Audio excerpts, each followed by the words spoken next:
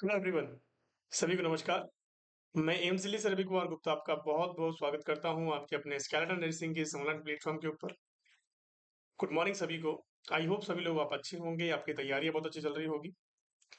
काफ़ी लोगों का लगातार कमेंट आ रहा था कि सर वॉइस के अंदर बहुत ज़्यादा प्रॉब्लम आ रही है, लेकिन आज से आई होप कि आपको प्रॉब्लम नहीं आएगी क्योंकि सेटअप जो है हमने चेंज कर लिया है। हमारा जो माइक वगैरह था, वो हमने चेंज कर लिया है, तो आप घबराएँ नहीं, आपको पूरी आवाज़ आएगी फुल वॉल्यूम के साथ।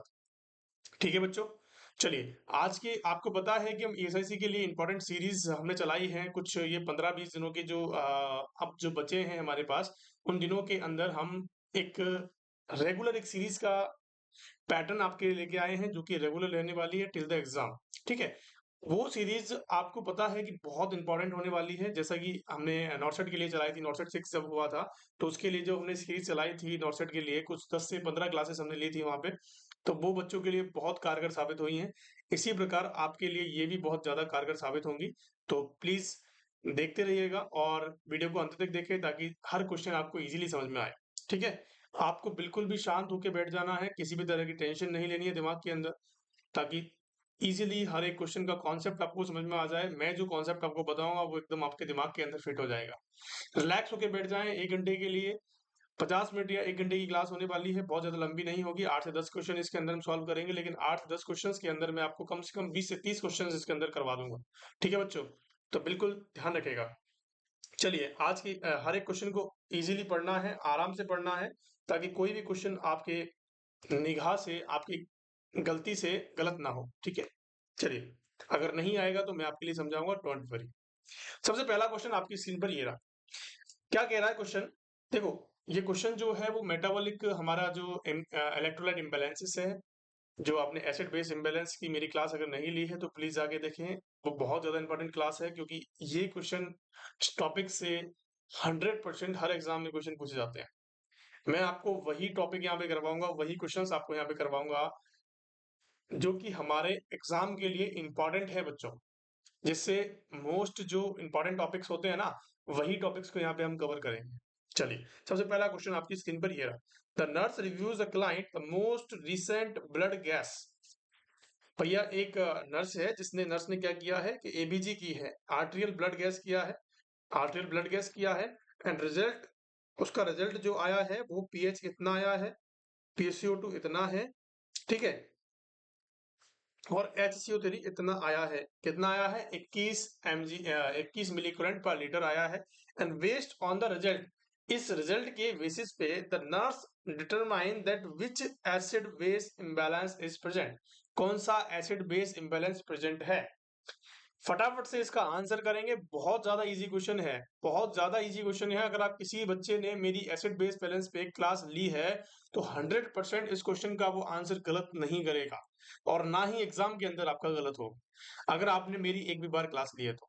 ठीक है, अगर नहीं ली है तो प्लीज वेट एंड वॉच, मैं आपको यहाँ पे भी समझाऊंगा और इस क्लास के एंड होने के बाद आपको वो क्लास जरूर देखनी है।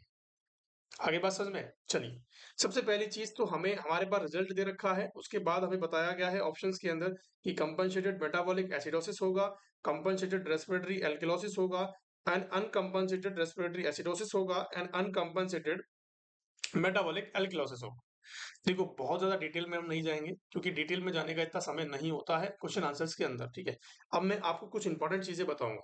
कुछ इंपॉर्टेंट चीजें कैसी है, देखो, आपको सबसे पहले नॉर्मल चीजों के बारे में पता होना चाहिए कि नॉर्मल चीजें हमारी कौन कौन सी है। सबसे पहली चीज बच्चों क्या है कि पीएच के बारे में आपको पता होना चाहिए कि पीएच नॉर्मल कितना होता है। कितना होता है प्यारे बच्चों? पीएच जो नॉर्मल होता है हमारा 7.352 टू 7.45 नॉर्मल पीएच होता है। ठीक है, अब इसको हम 7 मान लें, एवरेज हम 107 मान लेते हैं ताकि हमारा क्वेश्चन करने में कोई भी गड़बड़ी ना हो। ठीक है, पीएच हमारा हो गया। अब PaCO2 कितना होता है, इसकी नॉर्मल वैल्यू की बात कर रहे हैं, ये सारी नॉर्मल वैल्यूज है बच्चों। ठीक है, पीएच नॉर्मल की बात करी, PaCO2 की नॉर्मल बात करते हैं, कितना होता है कि sir 35 to 45 mm of Hg होता है। इसका नॉर्मल प्रेशर कितना होता है कि सर 35 से 45 mmHg इसका नॉर्मल प्रेशर देखा जाता है। ठीक है, अब मैं आपसे बात करता हूं कि सर ऑक्सीजन का नॉर्मल लेवल कितना होता है। चलो ऑक्सीजन की छोड़ के बात करते हैं, HCO3 माइनस की बात करते हैं, बाइकार्बोनेट आयन कितने होते हैं, तो 22 से कई कई 26 दिया हुआ है, कई कई 27 दिया हुआ है, मैं आपको मैन्फ्लेक्स के अकॉर्डिंग मानूंगा 22 से 26 मिली इक्विवेलेंट पर लीटर। ये आपके नॉर्मल वैल्यूज होती हैं। अगर आपसे कोई क्वेश्चन पूछता है कि नॉर्मल आर्टरी हमारे जो बॉडी के अंदर ब्लड के अंदर नॉर्मल पीएच कितना होता है, पीसीओ2 का लेवल कितना होता है, एससीओ3 का कितना होता है, तो आपको ये चीजें आनी ही आनी चाहिए। ठीक है, ये तो हमारा नॉर्मल वैल्यू होगी। अब हमें जो रिजल्ट के अंदर दिया गया है उसकी बात कर लेते हैं। ठीक है, अब रिजल्ट के अंदर की बात करते हैं। सबसे पहली चीज, रिजल्ट से जानने से पहले मैं आपको एक चीज बताता हूँ। दो रूल होते हैं, एक रूल नंबर फर्स्ट होता है, रूल नंबर सेकंड होता है। अगर मैं आपसे रूल नंबर फर्स्ट की बात करता हूं, रूल नंबर अगर मैं फर्स्ट की बात करता हूं, तो रूल नंबर फर्स्ट के अंदर क्या दिया गया है कि पीएच एंड पीसीओ2, एक तो पीएच एंड पीएसीओ2 अगर ये सेम डायरेक्शन के अंदर मूव करते हैं, सेम डायरेक्शन के अंदर मूव करते हैं, अगर ये सेम डायरेक्शन के अंदर मूव करते हैं, मतलब या तो बढ़ेंगे या घटेंगे। सेम डायरेक्शन का मतलब क्या है, या तो दोनों एक साथ बढ़ेंगे या दोनों एक साथ घटेंगे। अगर दोनों एक साथ ये कंडीशन में होते हैं तो वो कंडीशन होती है मेटाबॉलिक। आंख बंद करके बोल देना कि कौन सी कंडीशन है मेरे प्यारे लाल लालियों, मेटाबॉलिक कंडीशन है। अब सर इसको याद कैसे रखेंगे, पहली बात तो मैंने आपको बता दिया कि दोनों आपको क्या देखने हैं कि सेम डायरेक्शन के अंदर मूव हुए होने चाहिए, या तो घटने चाहिए या बढ़ने चाहिए। ठीक है, अगर आपसे अभी भी याद नहीं रहता है कि सेम डायरेक्शन के अंदर मेटाबॉलिक को कैसे याद रखेंगे, तो सेम के अंदर क्या आता है मेरे प्यारे बच्चों की सर एम आता है, और एम भी स्टार्ट किससे होता है, मेटाबॉलिक से। मेटाबॉलिक भी एम से स्टार्ट होता है। तो हमने रूल नंबर फर्स्ट को ऐसे याद किया है, क्योंकि मैंने भी ऐसे ही याद किया। आगे बात से चलिए, रूल नंबर सेकंड की बात करते हैं। अगर ये अपोजिट डायरेक्शन में जाते हैं, अगर PaCO2 एंड पीएच अगर ये दोनों अपोजिट डायरेक्शन में जाते हैं, तो कौन सी कंडीशन होगी मेरे प्यारे लाल लालियों, कि सर रेस्पिरेटरी कंडीशन हो जाएगी। कौन सी कंडीशन हो जाएगी, कि सर रेस्पिरेटरी कंडीशन हो जाएगी। आगे बात में दोनों रूल को भूलना नहीं है, अगर सेम की तरफ जा रहा है तो मेटाबॉलिक होगा, और अपोजिट जा रहा है तो रेस्पिरेटरी की तरफ होगा। आगे बात समझ में। अब दूसरी बात, अब सर इसमें मेटाबॉलिक तो आपने बता दिया, लेकिन अब पीएच को कैसे देखेंगे। देखो, अब आपको एल्कलोसिस देखना है या एसिडोसिस देखना है, तो आपको पीएच की तरफ जाना पड़ेगा। कि अगर पीएच जो है 7 से ऊपर जाता है, मतलब 7.4 से ऊपर जाता है, या फिर हम कह सकते हैं, देखो अगर इसको 7.4 मान लेते हैं हम, हमारा 7.4 हमने एक एवरेज मान लिया। ठीक है, अगर ये 7.4 से ऊपर जाता है तो उसका मतलब क्या है कि एल्किलोसिस की कंडीशन देखने को मिल रही है। 7.41 हो रहा है, 7.42 हो रहा है, 7.43 हो रहा है। या फिर हम कह सकते हैं कि अगर 7.4 से कम जाता है, नीचे की तरफ जाता है, 7.39 रहता है, 7.35 रहता है, 36 रहता है, तो उस कंडीशन को कहते हैं एसिडोसिस। तो आपको इस हिसाब से समझना है। ठीक है, अब हम रिजल्ट की बात करते हैं। रिजल्ट के अंदर हमें क्या दिया गया है, देखो हमें पीएच कितनी दी गई है, हमें जो पीएच दी गई है वो कितनी है बच्चों की, 7.43 है। और PaCO2 का लेवल कितना दिया गया है कि 31 दिया गया है। और HCO3 का कितना दिया गया है, HCO3 का कितना दिया गया है, 21 दिया गया है। ठीक है, आगे बात समझ में। कि तीनों की तीनों चीजें आपको दी गई हैं एग्जाम के अंदर। अब आपको इसमें समझना है कि मेटाबॉलिक है या रेस्पिरेटरी है। देखो मैंने आपको क्या बताया, अगर सेम डायरेक्शन के अंदर मूव कर रहे हैं तो कंडीशन मेटाबॉलिक होगी, और सेम डायरेक्शन के अंदर मूव नहीं कर रहे हैं तो कौन सी कंडीशन होगी, कि सर रेस्पिरेटरी होगी। अब क्या आपको 7.4 मैंने आपको एवरेज बताया है, 7.4 अगर 7.4 से ज्यादा जा रहा है, इसका मतलब एल्किलोसिस है। मतलब ये इसकी इसकी जो डायरेक्शन है वो बढ़ रही है, इसकी डायरेक्शन जो है वो बढ़ रही है। और PCO2 कितना बताया था नॉर्मल, मैंने 35 से 45 नॉर्मल होता है, लेकिन ये तो 35 से भी कम हो गया, तो इसका मतलब ये कैसा हो रहा है, कम हो रहा है। तो इसका मतलब ये दोनों अपोजिट हो रहे हैं, एक बढ़ रहा है घट रहा है। तो कौन सी कंडीशन होगी मेरे प्यारे बच्चों, कि सर रेस्पिरेटरी कंडीशन होगी। अब आपको रेस्पिरेटरी में जाना है। ठीक है, मेटाबॉलिक वाले ऑप्शन जो हैं वो खत्म हो चुके हैं, मेटाबॉलिक की तरफ आपको नहीं जाना है, दो ऑप्शन आपने एलिमिनेट कर दिए हैं। क्या मेरी बात समझ में आई, आगे बात समझ में। चलिए, अब हम रेस्पिरेटरी, हमारे पास दो बच्चे हैं कि सर एल्किलोसिस होगा या एसिडोसिस होगा।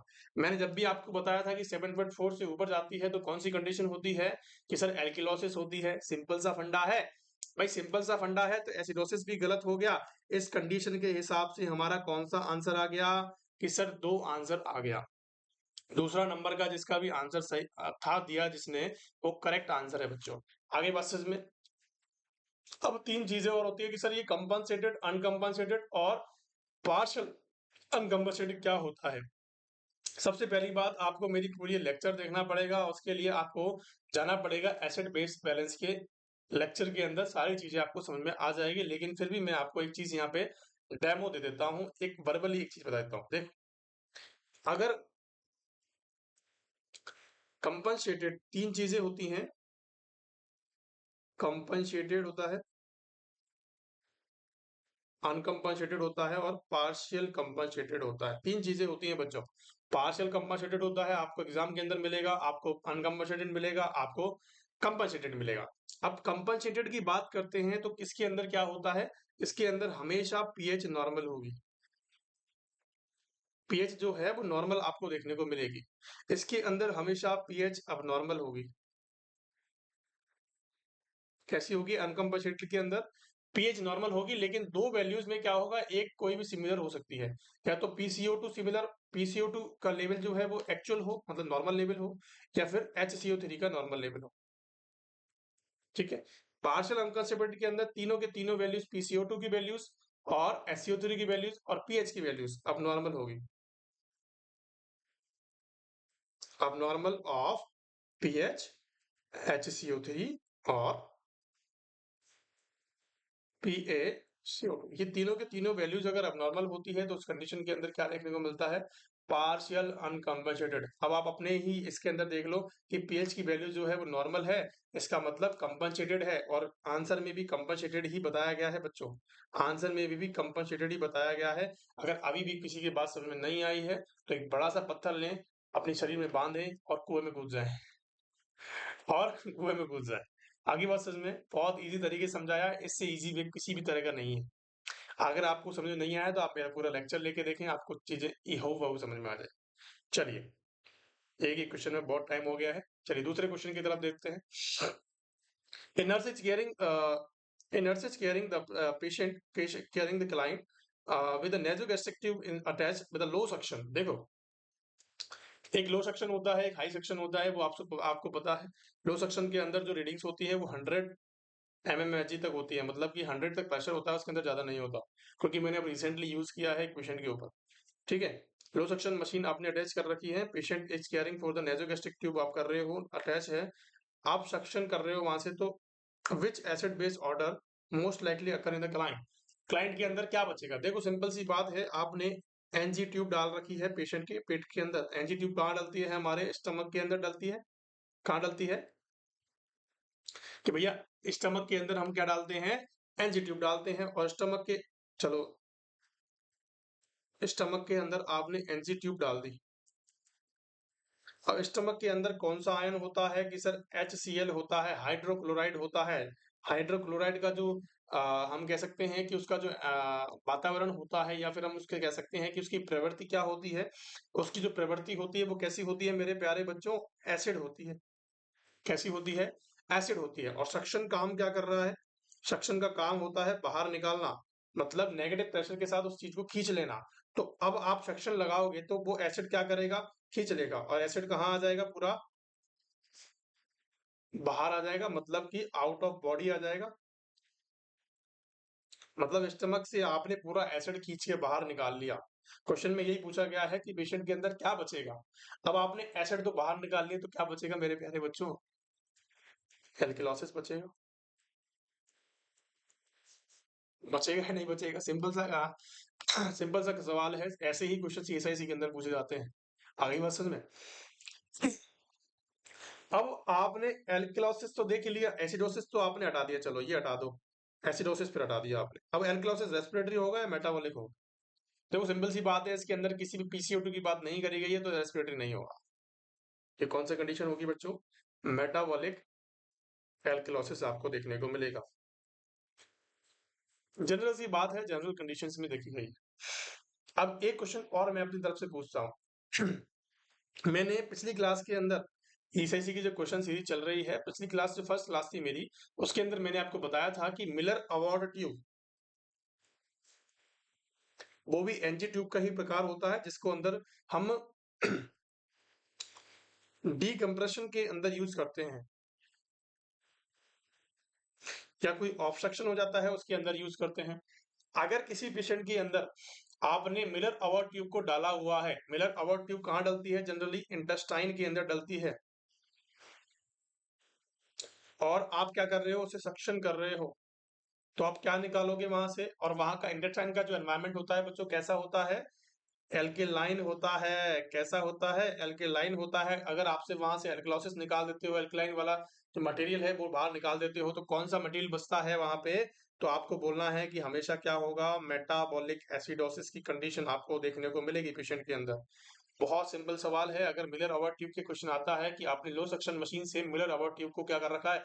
कनेक्ट कर रखा है, तो हमेशा ध्यान रखना मिलर अवॉर्ड ट्यूब जो होती है वो इंटेस्टाइन के अंदर डाली जाती है, डीकम्प्रेशन के अंदर यूज होती है, ऑब्स्ट्रक्शन को रिलीव करने के लिए यूज होती है। ठीक है, तो वहां से अगर आपने मटेरियल निकाला है तो वो एल्कलाइन मटेरियल होता है, तो पेशेंट के अंदर क्या कंडीशन होगी? मेटाबॉलिक एसिडोसिस की कंडीशन हो जाएगी। आगे बात समझ में, दोनों बात समझ में आ गई। अगला क्वेश्चन आपके स्क्रीन पर ये रहा। ध्यान से पढ़ेंगे क्वेश्चन को, क्वेश्चन का आंसर करेंगे। बहुत इजी क्वेश्चन है।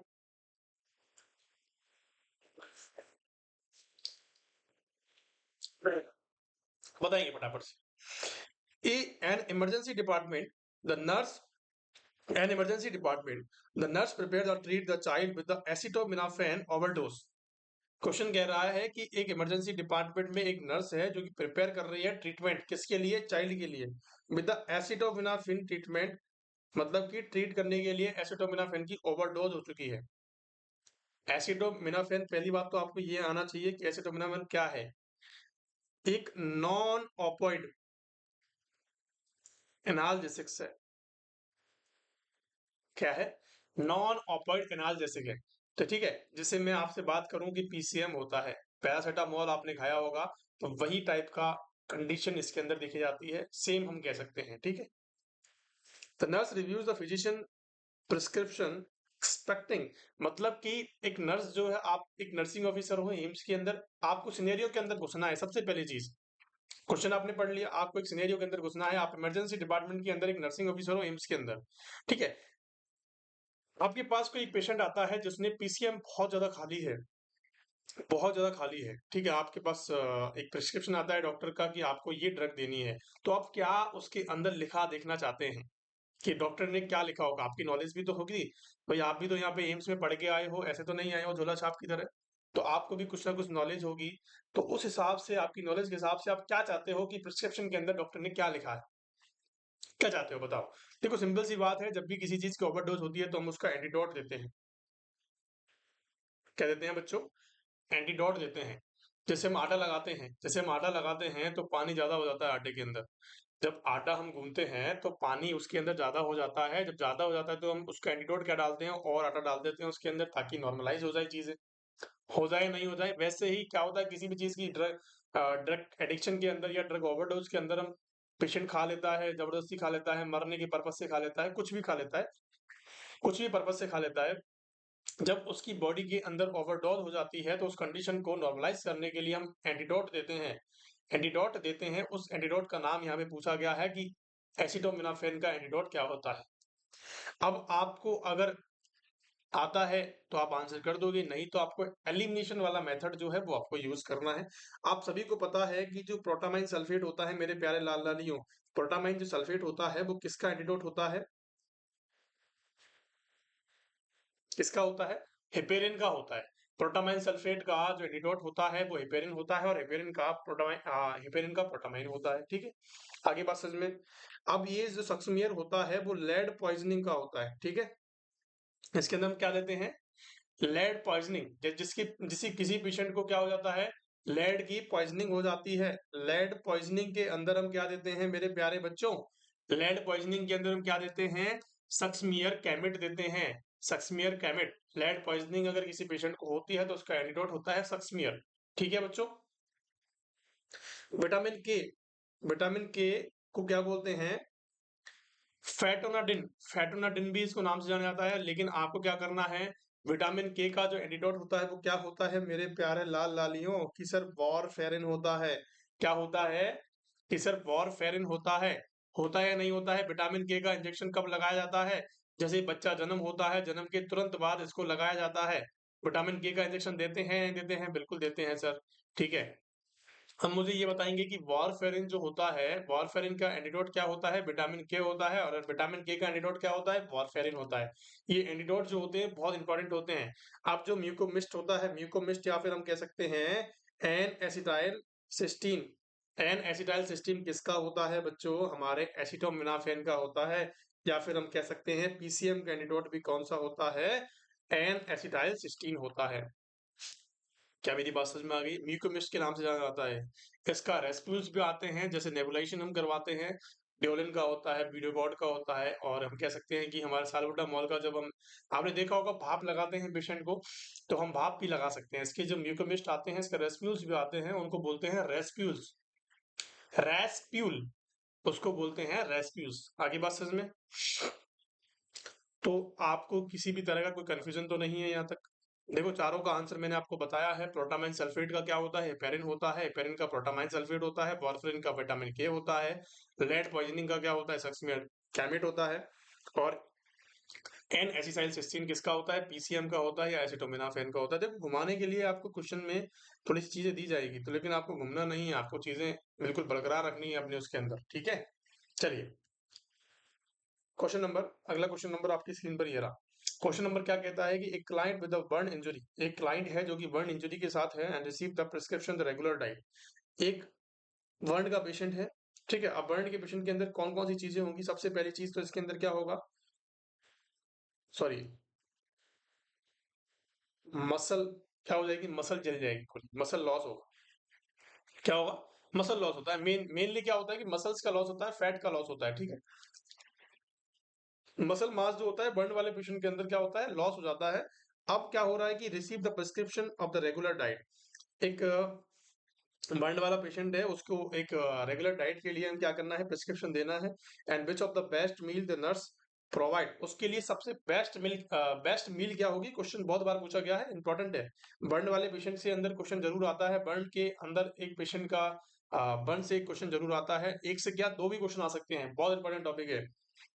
Provide the client promote the wound healing. देखो, सबसे पहली चीज आपको एक चीज ध्यान रखनी है कि बर्न वाले पेशेंट के अंदर हमें क्या करना है कि हमें मसल लॉस होता है, तो मसल को भरने के लिए सबसे पहली चीज होती है प्रोटीन। कि उसको प्रोटीन भरा क्या देते हैं? प्रोटीन से भरा हुआ न्यूट्रिशन उसको देना है। प्रोटीन से भरा हुआ उसको न्यूट्रिशन देना है। और लास्ट के अंदर भी क्वेश्चन में क्या पूछा गया है, क्या दिया गया है? Nurse provide the client to promote the wound healing. देखो, वुंड हीलिंग के लिए कौन सा विटामिन होता है? तो विटामिन सी होता है बच्चों। वुंड हीलिंग के लिए कभी भी क्वेश्चन पूछा जा सकता है कि वुंड हीलिंग के लिए कौन सा विटामिन रिस्पॉन्सिबल होता है, तो आपको आंख बंद करके विटामिन सी लिखना है। विटामिन सी कहाँ पाया जाता है? जो हमारे खट्टे पदार्थ होते हैं, जो खट्टी चीजें होती हैं, उनके अंदर विटामिन सी पाया जाता है। जैसे कि लेमन की बात कर सकते हैं, लेमन के अंदर सबसे ज्यादा विटामिन सी होता है। तो आपको किसी भी घाव को भरना होता है तो आपको विटामिन सी खाना पड़ेगा। विटामिन सी खट्टे पदार्थों के अंदर जनरली पाया जाता है। तो आपको क्या करना है, इसको क्या करना है बच्चे को, या फिर हम कह सकते हैं बर्न वाले पेशेंट को प्रेफर करना है या प्रिस्क्रिप्शन करना है। ठीक है, अब इसके अंदर दोनों चीज के बारे में हमें सोचना है। हमें क्या करना है कि भैया मसल लॉस हुआ है, तो मसल लॉस के अंदर प्रोटीन की जरूरत होती है और विटामिन सी की जरूरत होती है। ठीक है, क्योंकि उसके जो वुंड है, उसके जो घाव है, उसको भरना है और प्रोटीन की भी जरूरत है। अब ऐसा हमें ऑप्शन ढूंढना है जिसके अंदर प्रोटीन भी है और विटामिन सी भी है। ठीक है, देखो, peanut butter jelly sandwich, sandwich हम दे सकते हैं क्या? चाय हम दे सकते हैं क्या? देखो, ये चीजें हम नहीं देंगे, चाय नहीं देंगे, सैंडविच नहीं देंगे, तो क्वेश्चन गलत हो गए। चिकन, चिकन के अंदर बिल्कुल, चिकन बीस्ट के अंदर क्या होता है? प्रोटीन होता है। ब्रोकली एंड स्ट्रॉबेरीज क्या होती हैं बच्चों? इसके अंदर विटामिन सी पाया जाता है। विटामिन सी इसके अंदर पाया जाता है बच्चों। मिल्क, मिल्क दे सकते हैं। और देखते हैं और कोई बेटर ऑप्शन हमें मिले। देखो, बील चॉप, बॉइल्ड पोटैटोस, जेल ओ ऑरेंज जूस। देखो, ऑरेंज जूस विटामिन सी का सोर्स है, लेकिन जेल ओ नहीं है। ये जेल ओ बॉइल्ड पोटैटोस हम नहीं दे सकते हैं पेशेंट। ठीक है बच्चों, ये भी गलत हो गया। अब दूसरी बात कौन सी आती है? पास्ता। अरे भैया, पास्ता तो फास्ट फूड के अंदर आता है, तो पास्ता हम नहीं दे सकते हैं, ना गार्लिक ब्रेड दे सकते हैं, ना जिंजर एले दे सकते हैं। ठीक है, तो ये भी क्वेश्चन गलत हो गया। सबसे बेस्ट ऑप्शन जो है आपका यही है, कि चिकन हमें देना है पेशेंट को, चिकन नहीं खाता है तो उसको प्रोटीन के सोर्सेस पनीर वगैरह देना होता है। पनीर दे सकते हो, सोयाबीन दे सकते हो, बहुत सारी चीजें होती हैं जो कि आपको जो डाइटिशियन होता है वो आपको प्रॉपर फॉलो करवाता है इन चीजों को। ठीक है बच्चों, तो बर्न वाले पेशेंट के अंदर हमें क्या करना है, देखो आपको दो चीजें याद रखनी है। चिकन वगैरह जो आप खा सकते हो, चिकन तो आप आंख बंद करके आप खा सकते हो क्योंकि प्रोटीन ही प्रोटीन है उसके अंदर तो। ठीक है, ब्रोकली है, स्ट्रॉबेरीज है, मिल्क है, देखो दूध हम सब पीते हैं, दूध तो हम सब पीते हैं। किसी भी केस में दूध तो पी जाते हैं, भैया चोट लग गई, हल्दी वाला दूध मम्मी ने घोल के पिला दिया, होता है नहीं होता है कि सर बिल्कुल होता है। ठीक है, तो स्ट्रॉबेरीज और ब्रोकली तो क्या होता है, विटामिन सी के बहुत अच्छे सोर्सेस होते हैं, तो आपको ये भी खाने हैं। ठीक है बच्चों, समझ में आ गई बात मेरी? ये क्वेश्चन का मतलब समझ में आया था कि क्वेश्चन को तोड़ना होता है, क्वेश्चन को आपने तोड़ दिया तो आपको 100% आपका आंसर मिल जाएगा। मैंने कैसे तोड़ा है क्वेश्चन को, मैंने कैसे तोड़ा है क्वेश्चन को बच्चों, देखो मैंने बर्न वाला पेशेंट दिमाग में लाया कि बर्न वाला पेशेंट है, इसका मतलब मसल लॉस हुआ है। तो मसल लॉस होगा तो मसल के अंदर क्या चाहिएगा हमें, मसल को भरने के लिए हम जब जिम जाते हैं तो प्रोटीन का डब्बा खाते हैं, या प्रोटीन से भरी हुई चीजें खाते हैं, खाते हैं नहीं खाते हैं कि सर बिल्कुल खाते हैं। तो वही कंडीशन के अंदर भी तो आपको यही समझने की तो जरूरत है कि मसल लॉस होगा तो प्रोटीन की जरूरत पड़ेगी। अब प्रोटीन की जरूरत पड़ेगी तो उस कंडीशन के अंदर हमें क्या देखना पड़ेगा कि प्रोटीन लेना पड़ेगा, लेना पड़ेगा नहीं पड़ेगा? ठीक है भैया, और जब हमारा जो वुंड है, जो हमारा घाव बना हुआ है, उसको हील करने के लिए विटामिन सी की जरूरत होती है, मैंने पहले ही आपको बताया था। और विटामिन सी की चीजें हमें खानी है, तो दोनों चीजें आपको ऑप्शन के अंदर देखनी थी और आपने देखी हैं, बहुत बहुत धन्यवाद। चलिए अगले क्वेश्चन की तरफ चलते हैं।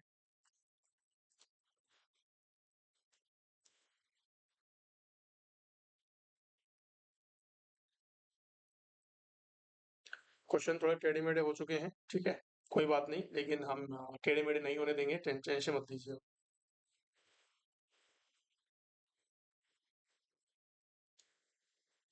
चलिए इस क्वेश्चन का आंसर बताएंगे, बहुत इंपॉर्टेंट क्वेश्चन है।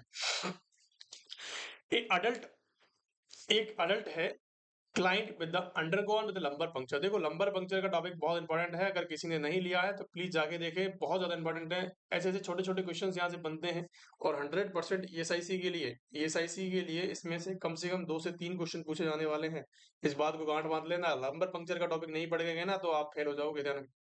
पढ़ना जाके, पढ़ना मैंने ले रखा है, बहुत इजी वे में बताया और बहुत शॉर्ट टॉपिक है, बहुत लंबा टॉपिक मैंने नहीं लिया है। लंबर पंक्चर क्या होता है, बहुत इंपॉर्टेंट टॉपिक है। लंबर पंक्चर के अंदर हम क्या करते हैं, देखो obtain the CSF fluid, CSF fluid का एनालिसिस करते हैं, वहां से एक फ्लूइड निकालते हैं जिसका नाम होता है CSF, cerebro spinal fluid. Cerebro spinal fluid lumbar puncture की प्रोसीजर होता है जिसके अंदर सीएसएफ निकालते हैं, सीएसएफ निकालते हैं, उसका एनालिसिस करते हैं। The nurse assesses both which of the following values, कौन सी नर्स, जो नर्स है जो असेस करेगी कौन सी वैल्यूज को, and should be negative if the CSF normal. अगर सीएसएफ नॉर्मल है तो उसके अंदर वो चीज नहीं होनी चाहिए, मतलब नॉर्मल अगर सीएसएफ है तो उसके अंदर वो चीज नहीं होनी चाहिए। कौन सी चीज नहीं होनी चाहिए, चाहे प्रोटीन नहीं होना चाहिए, ग्लूकोज नहीं होना चाहिए, रेड ब्लड सेल्स नहीं होनी चाहिए, डब्ल्यूबीसीज नहीं होनी चाहिए।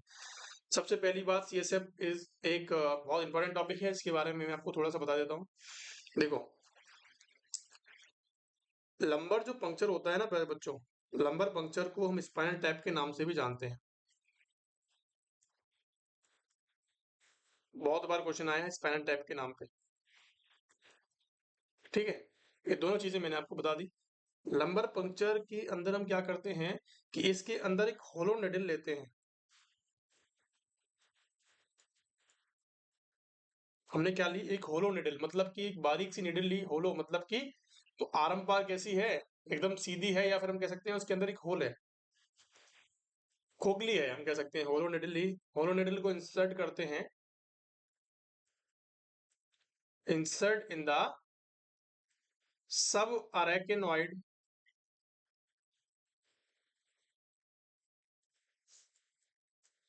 सब अरेकेनॉइड स्पेस के अंदर हम क्या करते हैं, उसको इंसर्ट करते हैं। सब अरेकेनॉइड स्पेस का मतलब समझते हो?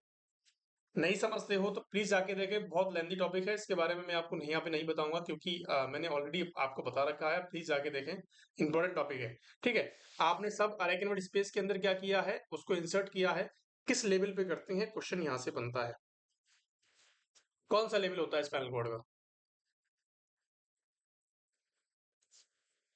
स्पाइनल लेवल कौन सा होता है, क्वेश्चन बनता है, क्वेश्चन बहुत ज्यादा इंपॉर्टेंट है। देखो अगर हम अडल्ट की बात करते हैं और हम किसकी बात करते हैं, एक अडल्ट की बात करते हैं और एक चाइल्ड की बात करते हैं, तो अडल्ट की बात करते हैं तो L3 L4 लेवल पे लेते हैं, ये क्वेश्चन इतनी बार एग्जाम के अंदर पूछा गया है जिसकी कोई सीमा नहीं है। और अगर हम चाइल्ड की बात करते हैं तो L4 और L5 लेवल पे लेते हैं। आगे बात समझ में, क्या मेरी बात समझ में आ गई? क्योंकि L1 और L2 लेवल पे क्या होती है, हमारी स्पाइनल कॉर्ड होती है मेरे प्यारे बच्चों। और अगर एक बार स्पाइनल कॉर्ड को पंक्चर कर दिया तो पेशेंट को लकवा मार जाएगा, पैरालिसिस हो जाएगा पेशेंट। तो बिल्कुल भी ऐसी गलती नहीं करनी है। पहली बात तो हम लेते नहीं है, डॉक्टर्स का काम होता है, लेकिन आपको फिर भी ये चीजें आनी चाहिए कि इसके अंदर कौन कौन सी चीजें इंपॉर्टेंट होती हैं। ठीक है, मैंने आपको ये चीजें बताई हैं, समझ में आ गई चीजें। चलिए, अब इसके अंदर कौन कौन सी चीजें जो है वो बहुत ज्यादा इंपॉर्टेंट है।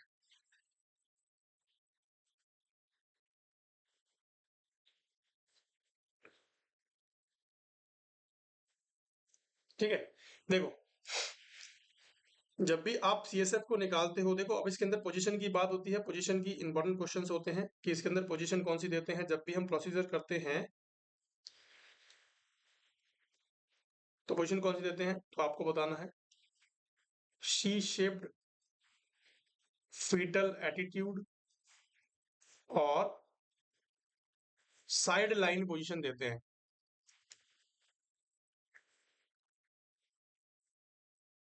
आप जाके एक बार देखिए, मजा आ जाएगा आपको क्वेश्चन के अंदर। तो ये पोजीशन होगी।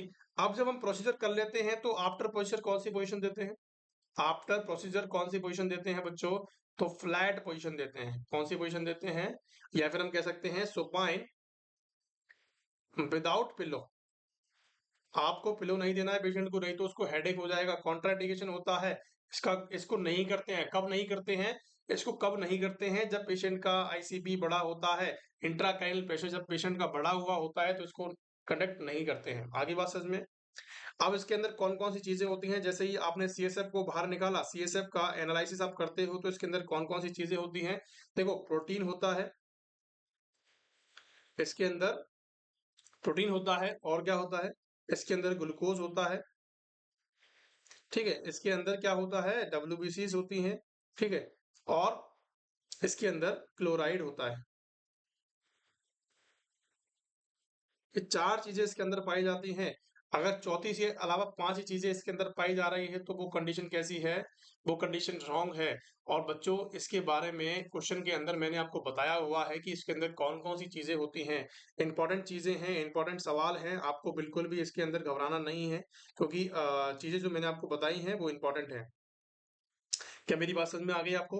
अब इसके क्वेश्चन कैसे पूछा जाता है, देखो, प्रोटीन, ये चीजें तो नॉर्मल है, प्रोटीन का होना, ग्लूकोज का होना, ये चीजों को रट लोगे, लेकिन इसके अंदर क्वेश्चन कैसे बनता है? इसके अंदर क्वेश्चन बनता है तो कैसे बनता है प्यारे बच्चों, की प्रोटीन का लेवल, नॉर्मल लेवल कितना होता है सीएसएफ के अंदर? तो आपको बताना है कि सर 15 से 45 mg पर डीएल होता है। कौन सा होता है? 15 से 45 mg पर डीएल होता है।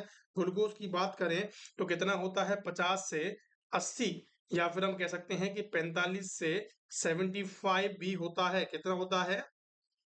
mg पर डीएल होता है। कितना होता है? या तो 45 से 50 होगा, या फिर सॉरी 45 से 75 होगा, या फिर 80 से 50 हो, 50 से 80 होगा। ये तीनों चीजें देखी जाती हैं। और डब्ल्यूबीसी का लेवल होता है 0 से लेके 8 पर mm स्क्वायर, यही कंडीशन होगी। और क्लोराइड का जो नॉर्मल लेवल होता है वो 1182 130 मिली इक्वलेंट पर लीटर होता है। ये क्वेश्चन मैंने आपको बताया हुआ है, आप लंबर पंक्चर का जाके देखेंगे तो 100% आपको समझ में आ जाएगा। ठीक है, अगर हम सीएसएफ के कलर की बात करते हैं, सीएसएफ के कलर की बात करें तो क्लियर लिक्विड होता है, क्लियर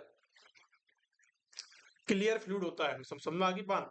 समझ में आ गई बात? मैं क्या कहना चाह रहा हूँ कि सर क्लियर क्लियर कैसा फ्लूइड होता है? क्लियर होता है अगर इसके अंदर देखो प्रोटीन मिल रहा है, ग्लूकोज मिल रहा है, व्हाइट मिल रहा है, व्हाइट ब्लड सेल्स मिल रही है, लेकिन इसके अंदर रेड ब्लड सेल्स नहीं मिलती हैं। अगर रेड ब्लड सेल्स मिलेंगी तो लाल कलर का हो जाएगा सीएसएफ।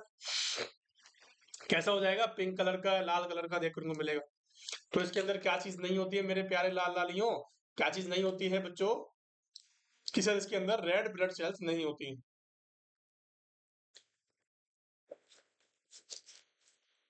आगे बात समझ में, चलें अगले क्वेश्चन की तरफ। बहुत बढ़िया।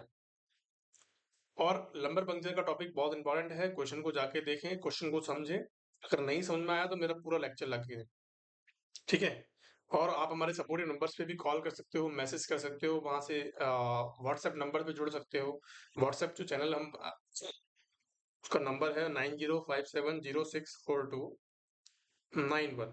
हम एक व्हाट्सएप ग्रुप भी है जहाँ पे डेली क्वेश्चंस के आंसर आपको देने होते हैं, तो आपको इस नंबर पे कॉल मैसेज करें, कोई भी क्वेरी होती है तो वहां पे आपको जोड़ा भी जाएगा और आपके जो सवाल हैं, आपकी जो क्वेरीज हैं, आपको वो क्या किए जाएंगे, सॉल्व किए जाएंगे। चलिए, दूसरा क्वेश्चन आपकी स्क्रीन पर ये रहा। अगला क्वेश्चन, एक client admitted with the hospital, एक क्लाइंट जो कि एडमिटेड है हॉस्पिटल के अंदर, is suspected diagnosis of the Graves disease. भैया ग्रेव्स डिजीज का क्वेश्चन है। ग्रेव्स डिजीज के अंदर क्या होता है, which symptom related to the client menstrual cycle, menstrual cycle से रिलेटेड है। देखो, सबसे पहली चीज जब भी मैंने आपको मेंस्ट्रुअल साइकिल के बारे में पढ़ाया है, आप जाके वहां पे देखें, मेंस्ट्रुअल साइकिल पे भी मैंने लेक्चर लिया है, पूरी ओबीजी हमने कंप्लीट कर दी है, तो आप वहां जाके देखें, आपको ऑटोमेटिक चीज समझ में आ जाएगी। लेकिन मैं आपको इन चीजों का मतलब यहाँ पे बताऊंगा कि ग्रेव्स डिजीज क्या होती है। देखो, सबसे पहली चीज कि ग्रेव्स डिजीज क्या होती है। देखो, जो ग्रेव्स डिजीज है ना प्यारे बच्चों, ग्रेव्स डिजीज को हम टॉक्सिक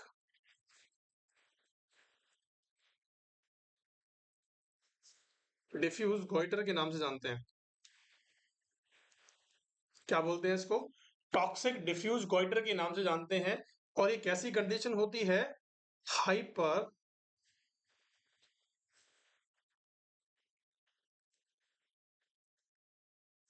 हाइपरथायरॉयडिज्म। कैसी होती है बच्चों, हाइपरथायरॉयडिज्म। हाइपरथायरॉयडिज्म का मतलब समझ रहे हो, हाइपरथायरॉयडिज्म का मतलब समझ रहे हो कि थायराइड लेवल का, थायराइड हार्मोन्स का बहुत ज्यादा बॉडी के अंदर हो जाना।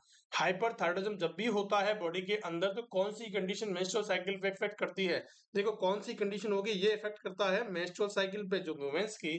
देखो वुमेन्स के अंदर थायराइड का नॉर्मल होना बहुत इंपॉर्टेंट है। अगर ये अबनॉर्मल होता है, ज्यादा होता है या कम होता है, तो कंडीशन कैसी होती है, उनकी फिजियोलॉजी पे इफेक्ट डालती है तो कौन सी कंडीशन अराइज होती है बच्चों। देखो कोई भी कंडीशन को आपको नहीं देखना है, सिर्फ और सिर्फ कौन सी कंडीशन होती है, एमेनोरिया की कंडीशन होती है। कौन सी कंडीशन होती है प्यारे बच्चों, एमेनोरिया की कंडीशन होती है। एमेनोरिया कंडीशन क्या है, देखो एमेनोरिया का मतलब क्या होता है, सबसे पहली चीज मैं आपको बताता हूँ कि एमेनोरिया का मतलब होता है कि एब्सेंस ऑफ मेंस्ट्रुअल साइकिल,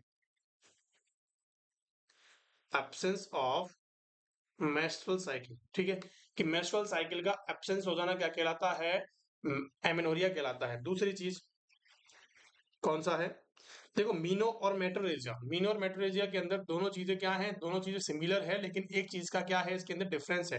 देखो मीनोरेजिया के अंदर क्या होता है, a cyclic,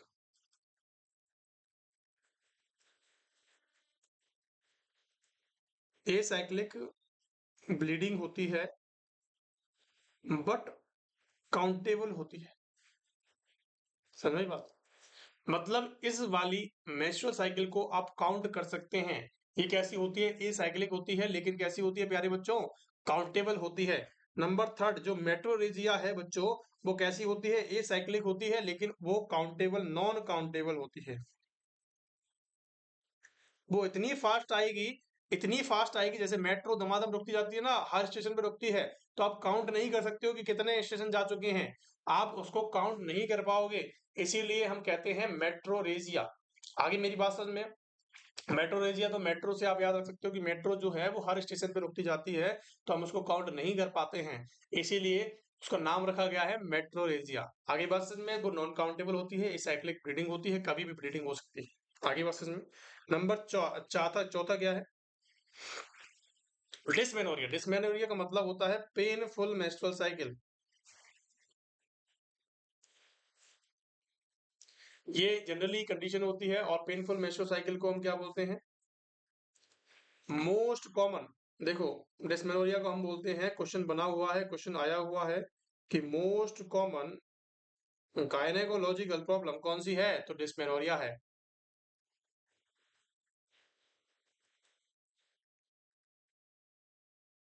most common gynaecological problem कौन सी है इन इंडिया, तो आपको बताना है कि डिस्मेनोरिया होती है। देखो मैंने ओबीसी पे पूरा लेक्चर लिया हुआ है, अगर आपको पढ़ना है तो सीरियस पढ़ना है तो बहुत अच्छे से मैंने सब कुछ एक एक चीज को वहां पे बताया हुआ है, तो आप वहां पे जाके देखें, बहुत अच्छी वीडियोस आपके लिए रहने वाली है। ठीक है बच्चों, चलिए, a client with a gestational hypertension, a client with the gestational hypertension in active labor। gestational hypertension का मतलब समझ रहे हो, अगर आपको इसका मतलब आता है तो आप क्वेश्चन को कर दोगे, बहुत इजी क्वेश्चन है। Active labour, the nurse most likely expect note and which assessment finding, कौन सी असेसमेंट फाइंडिंग को देखेगी। देखो जेस्टेशनल का मतलब क्या होता है, जेस्टेशन का मतलब होता है प्रेगनेंसी, और हाइपरटेंशन का मतलब होता है हाई बीपी, बीपी का इंक्रीज हो जाना, ब्लड प्रेशर का बढ़ जाना। तो प्रेगनेंसी के अंदर ब्लड प्रेशर का इंक्रीज होना क्या कहलाता है, जेस्टेशनल हाइपरटेंशन कहलाता है। आगे बात समझ में, आगे बात समझ में। अब इसके अंदर जो क्वेश्चंस बनते हैं वो प्री एक्लेम्पसिया एक्लेम्पसिया की कंडीशन बनती है बच्चों। एक्लेम्पसिया प्री एक्लेम्पसिया के अंदर मैंने ओबीजी की क्लासेस के अंदर बहुत ज्यादा पढ़ाया हुआ है, बहुत डिटेल में पढ़ाया हुआ है, बहुत इंपॉर्टेंट टॉपिक है ओबीजी की दृष्टि से। ठीक है, क्वेश्चन बनते हैं, बहुत ज्यादा इंपॉर्टेंट है, आप जाके वहां पे देखें। ओबीजी के अंदर ओबीजी की प्लेलिस्ट बनी हुई है यूट्यूब के ऊपर, आप पूरा ओबीजी का सिलेबस वहां से कवर कर सकते हैं।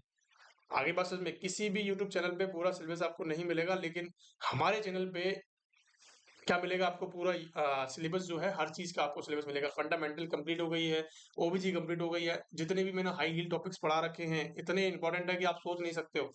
आप एक बार पढ़ के जाइएगा, इंपॉर्टेंट सवाल है।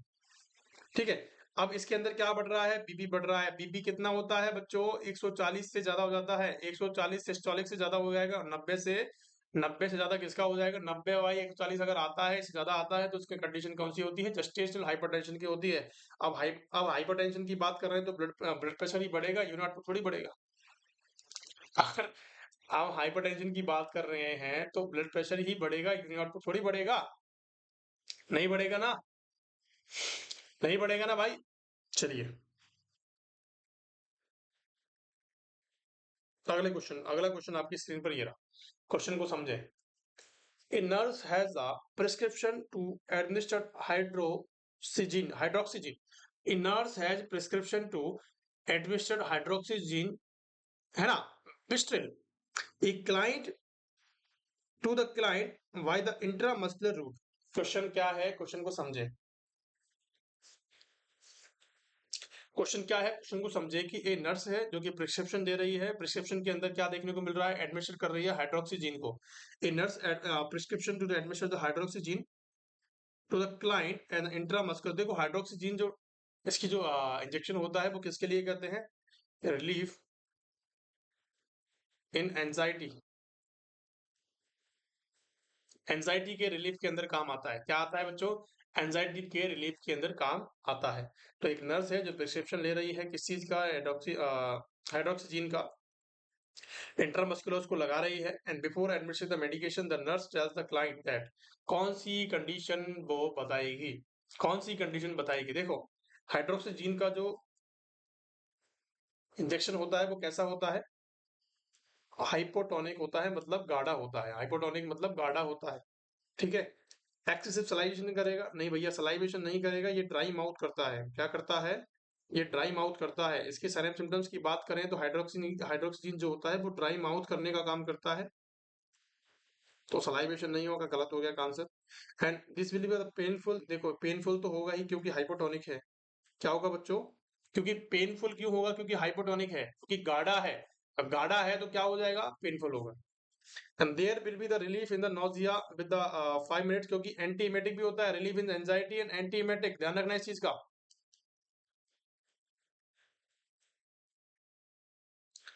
एंटीमेटिक होता है बच्चों ये, एंटीमेटिक भी होता है और एंजाइटी से भी रिलीफ दिलाता है। ठीक है, there will be the relief, relief 5 minute के अंदर। अरे भैया नहीं दिलाता, ये कह रहा है, ऑप्शन कह रहा है कि आपने जैसे ही इंजेक्शन दिया 5 मिनट के अंदर पेशेंट को रिलीफ आ जाएगा, नहीं होता, जबकि 20 से 30 मिनट आने लगते हैं। 20 से 30 मिनट का समय चाहिए होता है किसके अंदर, रिलीफ के लिए। आपने इंजेक्शन लगाया, कम से कम 20 मिनट तक उसको वेट करना पड़ेगा, 5 मिनट के अंदर कोई भी इफेक्ट नहीं आने वाला है। तो गलत अवधारणा है, गलत सलाह हम किसी को नहीं देंगे। आगे बात समझ में, the client will be increase alertness for about 2 hours, कि अबाउट 2 आवर्स के लिए उसके अंदर क्या आ जाएगी, अलर्टनेस आ जाएगी। ऐसा नहीं होता है, ऐसा भी नहीं होता है। तो कौन सा ऑप्शन क्या जाएगा, करेक्ट जाएगा बच्चों, तो there will be the some pain in the injection site, कि आप जब जैसे ही इंजेक्शन लगाओगे तो वहां पे आपको पेन देखने को मिलेगा। इंट्रामस्कुलर रूट की बात कर रहे हैं तो इंट्रामस्कुलर जो हम होता है वो कौन से रूट पे लगाते हैं बच्चों, कौन से रूट पे लगाते हैं, क्या आपको पता है, ये हमारी सिरिंज है। अब आप क्या करते हो, कौन से रूट पे लगाते हो मुझे बताएंगे फटाफट से। आप कौन से रूट पे लगाओगे? 45 पे लगाओगे, 90 पे लगाओगे, तो भैया आईएम जो होता है वो 90 डिग्री के एंगल पे लगता है हमेशा। कैसे लगता है? एकदम सीधा लगता है, एकदम सीधा लगता है। कैसे लगता है बच्चों? एकदम सीधा लगता है। जैसे आपकी स्किन है तो आपको सीधा बिल्कुल लगाना है। इसका मतलब क्या है? 90 डिग्री पे आपको लगा रहे हो, उस कंडीशन को कहते हैं इंजेक्शन आईएम, इंजेक्शन इंट्रामस्कुलर। ठीक है, आपको इंट्रा सबक्यूटेनियस लगाना है। सबक्यूटेनियस कितने डिग्री पे लगता है? 45 डिग्री के एंगल पे लगता है। इंट्रावीनस कितने डिग्री पे लगता है? कि सर 15 डिग्री के सॉरी 20 15 टू 25 डिग्री के एंगल पे लगता है। आगे बात समझ में? इंटरडर्मल कब लगता है? कि भैया 10 टू 15 डिग्री के एंगल पे लगता है। क्या मेरी बात समझ में आ गई है? सारी चीजें मैंने आपको ऑलरेडी बता रखी हैं, लेकिन आपको किसी भी तरह का कोई कंफ्यूजन नहीं होना चाहिए। आईएम जब भी हम लगाते हैं तो 90 डिग्री के एंगल पे लगाते हैं। और आईएम के अंदर वॉल्यूम कितना लेते हैं बच्चों? वॉल्यूम कितना लेते हैं? 3 टू 5 ml लेते हैं। 3 टू 5 ml। अगर इससे ज्यादा है तो आपको क्या करना है? वेरीफाई करना है डॉक्टर के साथ कि सर हाँ, ये 10 ml है, 10 ml को हम कभी भी नहीं लगाते हैं, तो हमें क्या करना है? देना है या नहीं देना है? अगर वो कहता है देना है तो आपको क्या करना है? दे देना है। अगर नहीं कहता है, क्योंकि उसमें अपनी जो रिक्स होती है वो कतई नहीं देनी है। ठीक है बच्चों, thank you so much for being there. आज के लिए इतना ही काफी है। अगली पढ़ेंगे नेक्स्ट क्लास के अंदर। आपको वीडियो पसंद आई हो तो, लेक्चर पसंद आया हो तो अपने दोस्तों के साथ शेयर करें और इसको पढ़ें, ज्यादा से ज्यादा प्यार दिखाएं। Thank you so much for being there. आप पढ़ते रहें, इसी प्यार और बढ़ते रहें।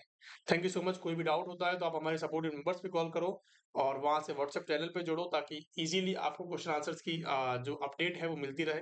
Thank you so much.